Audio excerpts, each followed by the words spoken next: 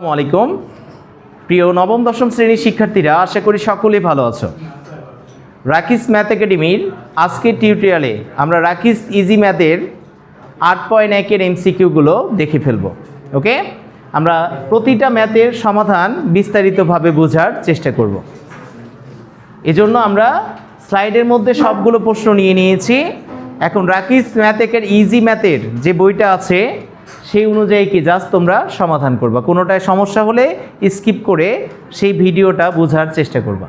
ওকে, তাহলে প্রথমে আসো। 30 সেন্টিমিটার ব্যাসার্ধ ব্যাস বিশিষ্ট বৃত্তের কেন্দ্র হতে 9 সেন্টিমিটার দূরে অবস্থিত জ্যায়ের দৈর্ঘ্য কত সেন্টিমিটার? তাহলে একটু খেয়াল করে, এটা রাজশাহী বোর্ড 25-এ আসছে, যশোর বোর্ড 23, ময়মনসিংহ বোর্ড কি 23, দিনাজপুর বোর্ড 20 এবং সকল বোর্ড 2018 সালে এই টাইপের একটা প্রশ্ন আসছিল। কথা বুঝছো? তাহলে আমরা যদি এই প্রশ্নটাকে একটু বোঝার ট্রাই করি, আব্বু, এরকম একটা ও কেন্দ্র বিশিষ্ট বৃত্ত আছে। এই বৃত্তে 30 সেন্টিমিটার ব্যাস, এই পুরাটার ব্যাস কত? 30। তাহলে ব্যাসার্ধ কত হবে? ব্যাসার্ধ 15 না? কত? 15। তার মানে এখান থেকে তুমি যদি এই ও আর এটাকে যোগ করো, এ বি যে এটাকে, তাহলে এ বি আর এটা ও, তাহলে এ বি এর মান কত? 15 সেন্টিমিটার। কত সেন্টিমিটার? 15 সেন্টিমিটার না? এখন তুমি কি করবা বলো? এই ও থেকে এ বি এর দূরত্বটা দেয়া আছে কত? 9 সেন্টিমিটার। কত সেন্টিমিটার? 9 সেন্টিমিটার। তাহলে তোমাকে এখন বলছে এই এ বি এর মান কত সেটা বের করতে। তাহলে ও থেকে কোনো জ্যায়ের দূরত্ব মানে কোন দূরত্বটাকে বোঝায়? লম্ব দূরত্বটাকে না? কাকে বোঝায়? লম্ব দূরত্বটাকে। তাহলে এটা একটা সমকোণী ত্রিভুজ। আমরা জানি কেন্দ্র থেকে যে কোনো জ্যায়ের উপর অঙ্কিত লম্ব জ্যাকে সমদ্বিখণ্ডিত করে। তাহলে এই পাশে যতটুকু আছে এই পাশেও কি ততটুকু আছে না? তাহলে এখন খেয়াল করো, এটা বাহুর অনুপাত 15 আছে অতিভুজ। তাহলে 5কে 15 বানানো যায় কি 3 দ্বারা গুণ করে না?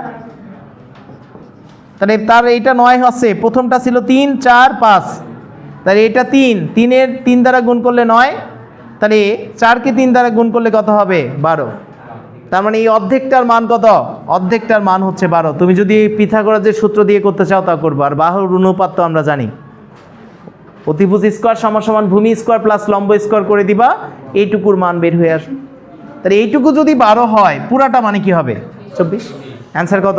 অ্যান্সার হবে 24। কথা বুঝছো কি না? সবাই বুঝতে পেরেছো?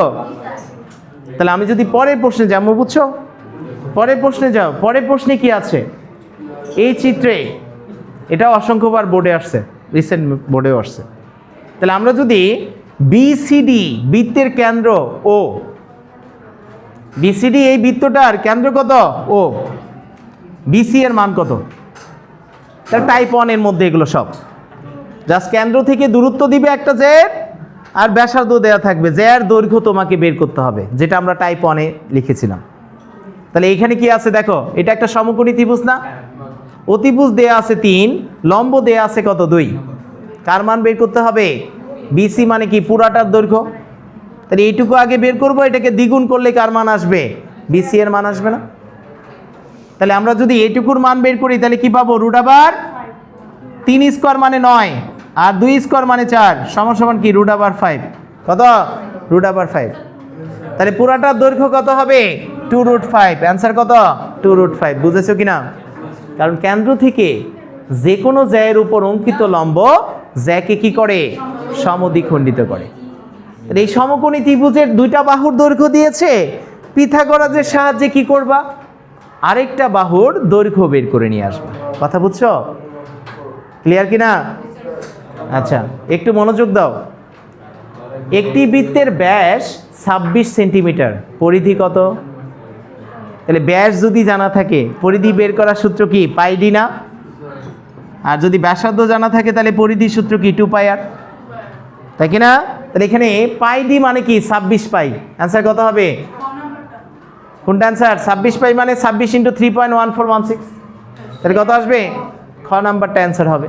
কথা বুঝছো কিনা? ক্লিয়ার সবাই? তারপরেরটা কি আছে আব্বু? দেখো 3.5 সেন্টিমিটার ব্যাসার্ধ বিশিষ্ট বৃত্তের কেন্দ্রগামী জ্যায়ের দৈর্ঘ্য কত? 3 সেন্টিমিটার ব্যাসার্ধ বিশিষ্ট বৃত্তের কেন্দ্রগামী জ্যায়ের দৈর্ঘ্য কত হবে? তাহলে কেন্দ্রগামী জ্যা মানে কি? ব্যাস না? কেন্দ্রগামী জ্যা মানে কি? ব্যাস। খাতা কলম লাগবে এটা। তাহলে ব্যাস কার দ্বিগুণ? ব্যাসার্ধের দ্বিগুণ। তাহলে ব্যাসার্ধ কত দিয়েছে? 3.5। এটা দ্বিগুণ মানে কত হবে? 7। তাই কি না? কেন্দ্রগামী জ্যাকে কি বলা হয়? ব্যাস বলে না? আর বৃহত্তম জ্যাটার নামই কি? ব্যাস। তাহলে ব্যাসার্ধ দেয়া আছে, ব্যাসার্ধ কার? ব্যাসার্ধ দ্বিগুণ হচ্ছে কি? ব্যাস না? তাহলে 2 দ্বারা গুণ করলে 3.5 কে কত আসবে? 7 হবে তোমার